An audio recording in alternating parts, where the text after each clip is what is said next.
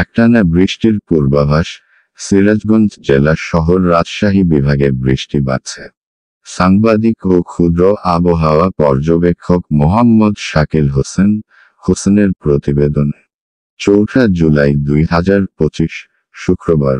আগামীকাল 5 জুলাই 2025 শনিবার থেকে রাজশাহী বিভাগের বিভিন্ন জেলায় একটানা মাঝারি থেকে ভারী বর্ষণের সম্ভাবনা রয়েছে।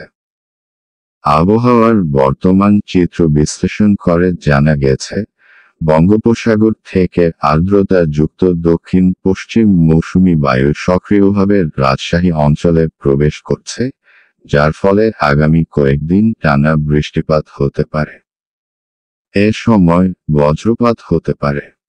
বৃষ্টির সম্ভাব্য প্রভাব পড়তে পারে নিচের জেলাগুলোতে: রাজশাহী, নাটোর, নওগাঁ, চাঁপাইনবাবগঞ্জ, পাবনা, সিরাজগঞ্জ, বগুড়া ও জয়পুরহাট।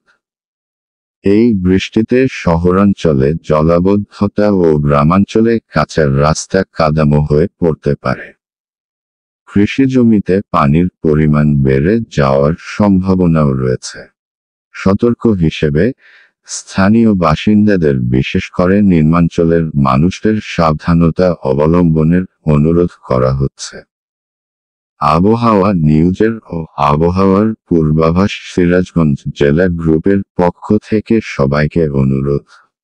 বৃষ্টির সময় প্রাকৃতিক দুর্যোগ এড়াতে প্রয়োজনীয় ব্যবস্থা নিন ও আপডেট জানতে থাকুন।